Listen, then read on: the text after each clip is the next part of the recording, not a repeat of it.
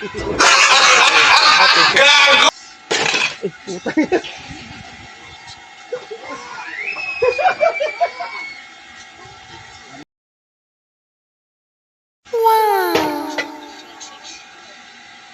At yun na nga po for today's video and mini vlog mga katambay dyan. Yan, tayo ay maggagata ng karne. In short, Bicol Express. At yun na nga po ang ating mga rekado. Habang inaayos pa yung kayuran, ay ating po palalambutin yung ating frozen na dinosaur.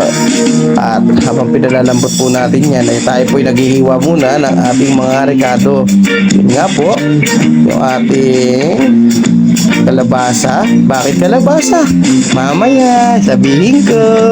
Kaya mga tayo mga ingredients natin lahat yan. Nung medyo natanggal na nga sa pagkaka-frozen yung ating dinosaur, ay atin na pong ginayat. At yan po yung ating una at pangalawang gata: sili, luya, kamatis at kalabasa. Bakit kalabasa? Kasi yan lang yung meron sa rep. Walang sitaw, wala talata. Di ba yun naman usually ang lahok?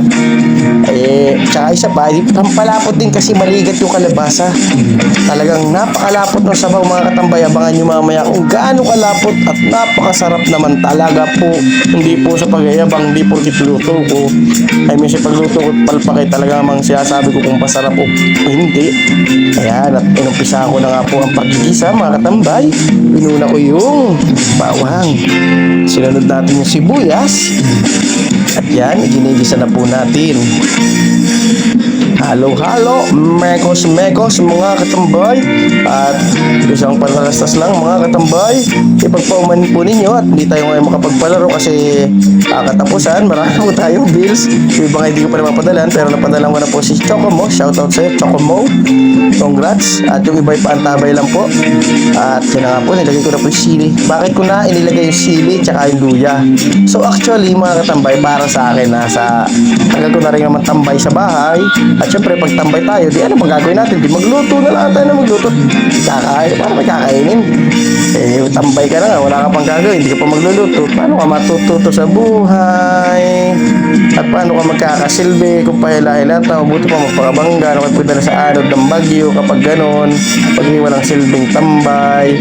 At yan, kahit nga tayo tambay, ay talaga tayo nagluluto. At yun nga po, ng aking nilagay na sili tsaka luya. Kaya nilagay ko kasi, di ba paano ba nag-chili oil?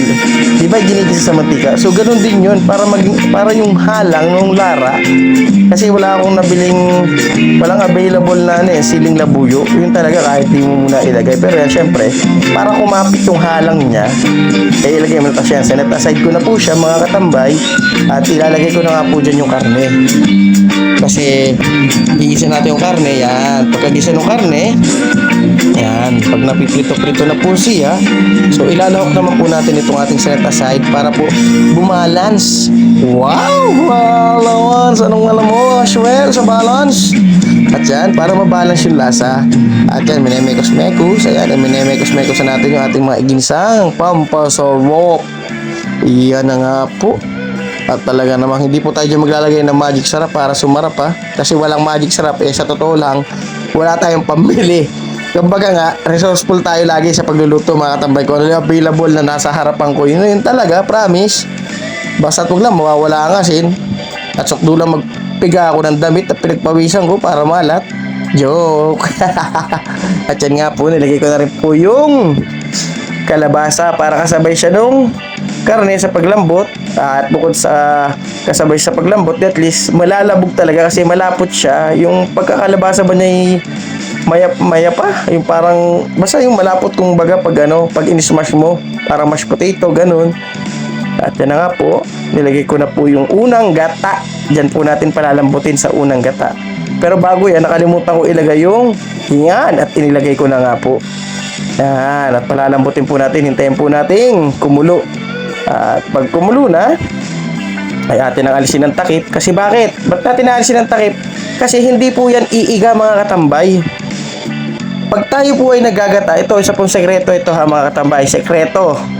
Sa tagal ko na naggagata mga katambay, sa dami ko ng karanasan, kapag kasi naggata ka, tas tinakpan mo yung niluluto mong ginataan, nagmumoist siya. So magtutubig lang yan, babalik yung tubig. So hindi siya mag-evaporate yung tubig niya para lumapot. Kasi babalik siya kapag may takip. So talaga pag may gata, huwag nyo pong tatakpan. Ito po para sa akin lang ha. Hindi po ako magaling na cook o chef. Talaga pong para sa akin. Sa obserbasyon ko po, sa tagal ko talaga ng pagluluto, lalo na sa mga gata, ay kung gusto nyo ng iga, at talagang yung gata ay nagmamantika, ay huwag nyo pong tatakpan. At yan nga po, ay napakasarap. Talaga namang, alam nyo ba, nagpapasarap pa dyan. Ay yung kumakain kayo ng salo-salot sama-sama.